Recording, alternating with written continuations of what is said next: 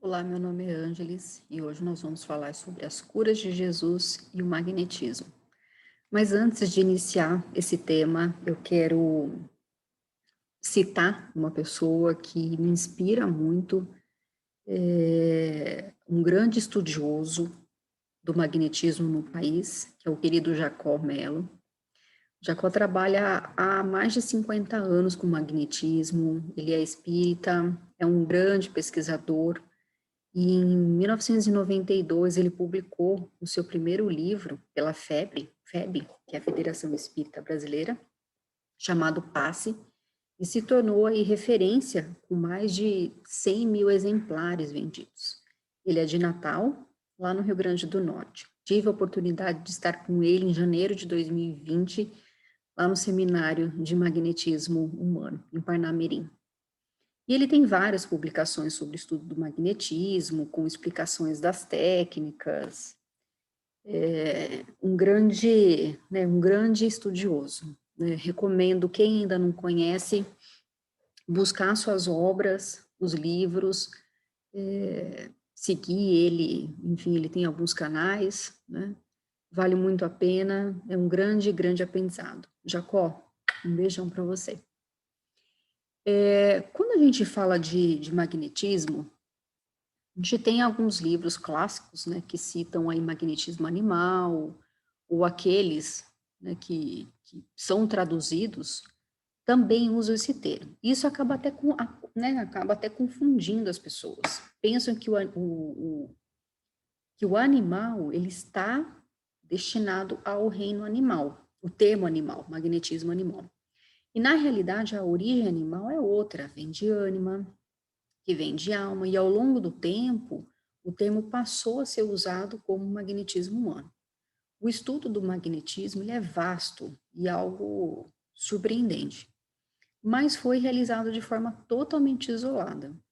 O espiritismo, quando ele surgiu através das obras de Kardec, a experiência do magnetismo já veio embutida nessas obras.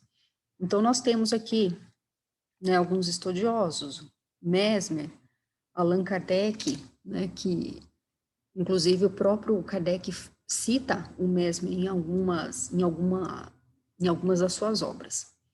E o Mesmer traz para nós esse termo magnetismo animal.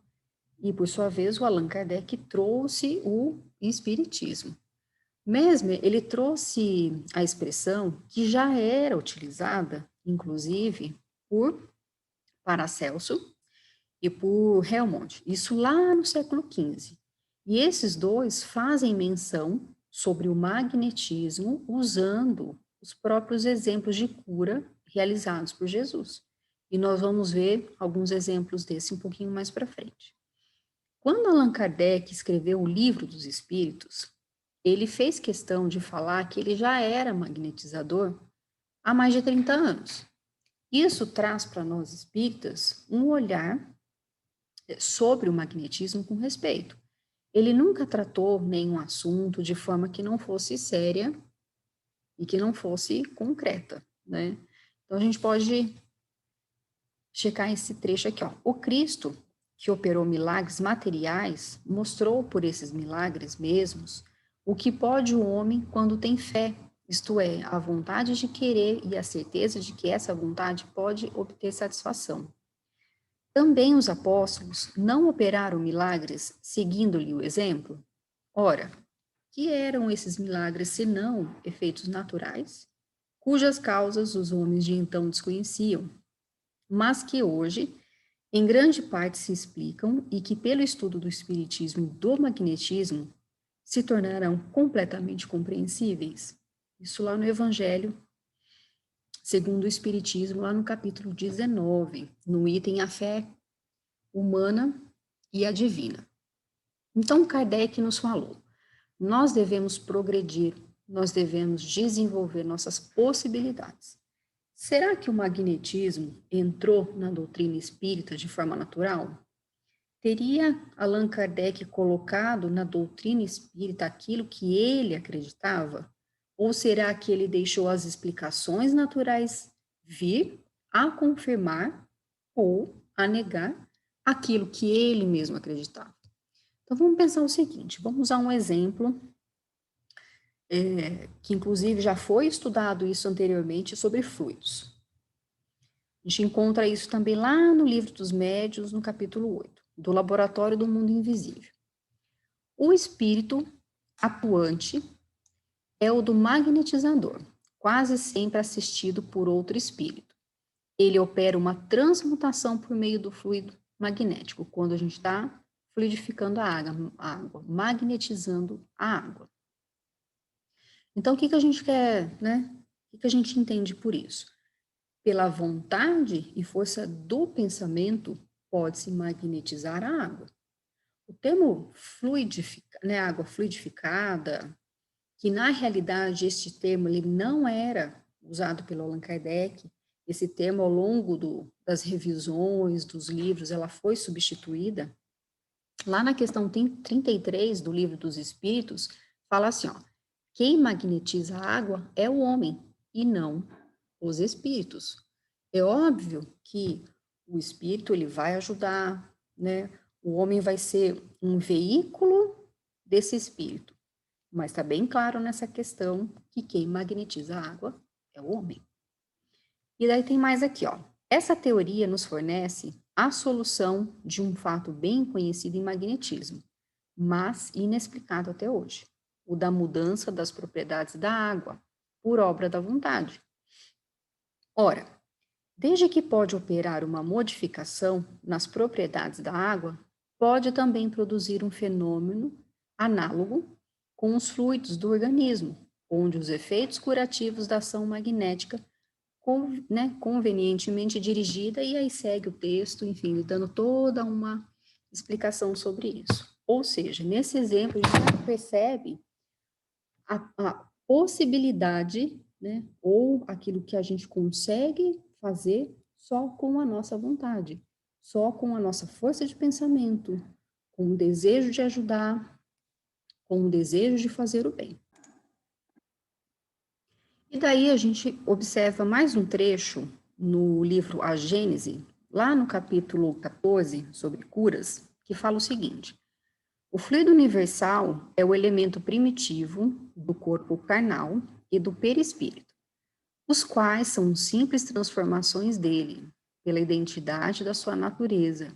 Esse fluido condensado no perispírito pode fornecer princípios reparadores ao corpo. Continua o texto. O espírito, encarnado ou desencarnado, é o agente propulsor que infiltra num corpo deteriorado uma parte da substância do seu envoltório fluídico. A cura se opera mediante a substituição de uma molécula malsã por uma molécula sã. O texto continua aqui, mais um pedacinho. O poder curativo estará, pois, na razão direta da pureza da substância inoculada, mas depende também da energia da vontade que, quanto maior for, tanto mais abundante emissão fluídica provocará e tanto maior força de penetração dará ao fluido. Depende ainda das intenções daquele que deseja realizar a cura, seja homem ou espírito, que foi o que a gente acabou, né, de falar agora há pouco. Então, a matriz energética, ela é a mesma. Nós somos a ferramenta. Não podemos deixar tudo sob a responsabilidade dos espíritos. Nós também, né, temos aí a nossa parcela. Temos que fazer a nossa parte. A nossa fé, ela tem que ser posta em ação. Há pessoas que precisam de tratamento energético específico. A fé é a vontade de querer. Nós precisamos fazer tudo isso se movimentar, né? No livro Instruções Práticas sobre o Magnetismo, do Jacó, e ele traz essas informações através dos estudos das obras de Deleuze, que fala o seguinte: também há homens dotados de um poder magnético tal que podem agir sobre enfermos muito sensíveis e perfeitamente em relação com eles, dirigindo a ação sobre tal ou qual parte, empregando apenas o pensamento ou olhar. Porém, esses fenômenos são extremamente raros e nada pode se inferir deles para a prática ordinária. E daí tem mais um outro trecho. Ainda quando o magnetismo consiste na influência que um indivíduo exerce sobre outro, muitos magnetizadores creem que alguém pode magnetizar-se a si mesmo, o que é verdade, porém unicamente para certas pessoas e em determinados casos. Quando um homem acostumado a magnetizar tem uma dor local, por exemplo, em um braço, na perna ou no estômago, pode dissipá-lo ou aliviá-lo, empregando atentamente em si mesmo os procedimentos magnéticos, mas para isso é indispensável que desfrute de boa saúde, porque quando se padece de uma enfermidade geral, quando se tem uma febre ou uma enfermidade orgânica, claro está que não se pode tirar de si mesmo um remédio. O que é o remédio? Fluido vital. Posto que o fluido de que dispõe não reúne as condições necessárias. Isso lá em Deleuze, em instruções práticas sobre o magnetismo. Então, há 175 anos, no livro de Deleuze, que nunca tinha sido traduzido para o português, ele ensina como tirar as dores. Allan Kardec o chama de sábio. A principal função e uso do magnetismo é para tirar as dores das pessoas, é para aliviar as dores das pessoas. O passe, ele não faz mal, né? A gente já escutou falar nas casas espíritas, né, aplicação de passe. Só que vamos pensar o seguinte, quando a gente fala de energia, duas pessoas que se encontram um acaso, e elas podem se atrair ou se repelir. E daí os espíritos responderam, lá no livro dos espíritos, o piloto desta ciência é o magnetismo que um dia compreendereis melhor. Então, existe, né, muito conhecimento que nós ainda precisamos buscar, que nós ainda precisamos desenvolver sobre tudo isso. A gente pode ler a Gênese, o livro dos Espíritos, uma, duas, três vezes, e cada vez que nós fazemos a leitura, a gente descobre um detalhe, a gente observa um detalhe que a gente não tinha aprendido antes. E uma das fontes do magnetismo é o estudo dos centros vitais também. E eles devem ser vistos e trabalhados, e também como eles se convergem com todo o nosso sistema, seja sistema nervoso, seja sistema neurológico, seja sistema endócrino e assim por diante. As técnicas do magnetismo, elas colaboram com a melhora ou até com a cura de doenças em geral. Técnicas essas, né, que partem de espelhamento. O que é a técnica de espelhamento? É deslocar o fluido bom de uma determinada região do organismo, do corpo, e espelha essa energia para um outro local desse mesmo organismo, desse mesmo corpo que esteja descompensado. Existe a técnica de arrastamento, que é bem similar a de espelhamento, desbloqueio de centros de energia, e não somente a imposição de mãos. Não que ela não funcione, não é isso, né? Mas existe todo uma gama de técnicas e conhecimento e possibilidades para fazer com que isso se potencialize, que isso ganhe uma força. A gente mesmo já acabou de ver em algumas citações de Kardec, no próprio livro dos Espíritos, o espírito ele não vai fazer tudo sozinho. Nós, né, nós também somos um veículo.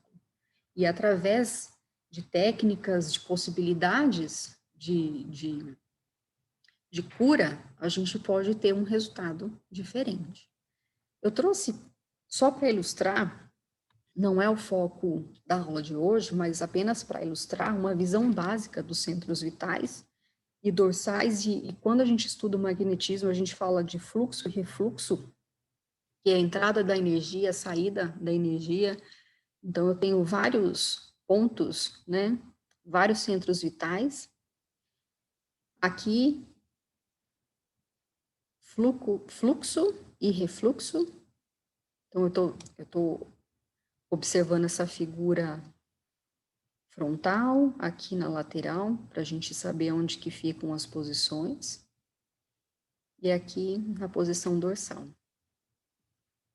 Aqui é um exemplo de circulação e captação fluídica por um centro vital. Então, funciona como se fosse uma espiral, como se fosse a água, quando a gente enche uma pia e abre o ralo da pia, a água faz aquele movimento em espiral, um cone, né? Então, a gente pode observar que a circulação e a captação funciona nesse mesmo princípio. Aqui a gente pode ver o verso e reverso dos centros vitais, tá? Necessidade de se perceber o fluxo e refluxo também dos centros de energia. Aqui também é uma outra figura só para ilustrar o sentido e direção do centro esplênico, que fica aqui nessa posição. Então, eu tenho a entrada aqui, né, olhando a figura de frente, e eu tenho a saída do ponto de energia olhando a figura de costas, tá? Então, é nessa região aqui, ó. Também só para ilustrar. Aqui são só, né, é só uma passada geral sobre um básico do básico do básico do que é estudado nas técnicas de magnetismo e tudo mais, muito mais, para a gente ter só uma visão mesmo, né, do que é falado e do que é estudado. E daí, quando a gente vai falar, né, estudar as obras de Jesus, ou no Livro dos Espíritos, ou nas outras obras de Allan Kardec, a gente sempre encontra explicações que trazem para a gente a certeza dessa energia, da troca dessa energia, das possibilidades que nós temos. Então, vamos lá na pergunta 424 do Livro dos Espíritos. Por meio de cuidados, podem reatar-se laço se restituísse à vida um ser que definitivamente morreria se não fosse socorrido? Aí está lá a resposta. Sem dúvida, e todos os dias tendes a prova disso. O magnetismo, em tais casos, constitui muitas vezes poderoso meio de ação, porque restitui ao corpo o fluido vital que lhe falta para manter o funcionamento dos órgãos. E aqui uma outra matéria que saiu na Revista Espírita, lá em 1859. O magnetismo reconhecido pelo Poder Judiciário. Portanto, os toques e passes magnéticos têm uma ação e não uma gesticulação, que mostra para a gente aí também uma série de possibilidades. Na Revista Espíritas de setembro de... Opa, pulou aqui. De setembro de 1865. A vontade é ainda onipotente para dar aos fluidos as qualidades especiais apropriadas à natureza do mal. Este ponto, que é capital, se prende a um princípio ainda pouco conhecido, mas que está em estudo, o das criações fluídicas e das modificações que o pensamento pode fazer à matéria suportar. O pensamento que provoca uma emissão fluídica pode operar certas transformações moleculares e atômicas, como se vê isto se produzir sobre a influência da eletricidade, da luz ou do calor. Então, veja só quantas possibilidades nós temos, o poder do nosso pensamento, o poder da nossa vontade, e isso associado a estudo, e isso associado, né, a essas técnicas, quantas e quantas coisas nós não podemos fazer, quanto que a gente não pode ajudar o nosso próximo, quanto que nós podemos, né, nos ajudar em relação ao magnetismo, em relação ao poder da cura, assim como, né, Jesus nos falou, ide e curai, limpe as feridas. Lá em Mateus, mas ide ante as ovelhas perdidas da casa de Israel, e indo pregai dizendo, é chegado o reino dos céus, curai os enfermos, ressuscitai os mortos, limpai os leprosos, expulsai os demônios, de graça recebeste, de graças dai. Jesus era amor, era caridade, mas ele também tinha procedimentos técnicos, vamos dizer assim, né? Lá em Marcos, a gente pode citar esse trecho aqui, ó. E trouxeram-lhe um surdo, que falava dificilmente, e rogaram-lhe que pusesse a mão sobre ele. Jesus, pois, tirou de entre as multidão à parte, meteu-lhe os dedos nos ouvidos e, cuspindo, tocou-lhe na língua. E, erguendo os olhos ao céu, suspirou e disse-lhe: Efatá, isto é, abre-te. E, abrindo-se-lhe os ouvidos, a prisão da língua se desfez e falava perfeitamente. Jesus estava usando técnicas de imposição de mãos, de fluidos aqui. Ele estava trabalhando, né, com esses fluidos. Um outro trecho de Marcos. Então chegaram a Betsaída e trouxeram-lhe um cego e rogaram-lhe que o tocasse. Jesus, pois, tomou o cego pela mão e o levou para fora da aldeia. E cuspindo-lhe nos olhos e impondo-lhe as mãos, perguntou-lhe: Vês alguma coisa? E levantando ele os olhos, disse: Estou vendo os homens, porque como árvore os vejo andando. Então tornou a pôr-lhe as mãos sobre os olhos, e ele, olhando atentamente, ficou restabelecido, pois já via nitidamente todas as coisas. Um outro trecho. O magnetismo é uma das maiores provas do poder da fé posta em ação. É pela fé que ele cura, que produz esses fenômenos singulares, né, qualificados outrora de milagres. Se todos os encarnados se achassem bem persuadidos da força que em si trazem e se quisessem pôr a vontade a serviço dessa força, seriam capazes de realizar o que até hoje eles chamaram prodígios, que, no entanto, não passa de um desenvolvimento das faculdades humanas. Isso um trecho extraído, né, do Evangelho segundo o Espiritismo, escrito por um espírito protetor. Então, tudo isso que nós vimos aqui, de uma forma bem resumida, mostra as possibilidades e os ensinamentos que Jesus nos deixou, o quanto que nós podemos nos desenvolver e o quanto que a gente pode buscar nos ajudar e ajudar as pessoas que estão próximas de nós.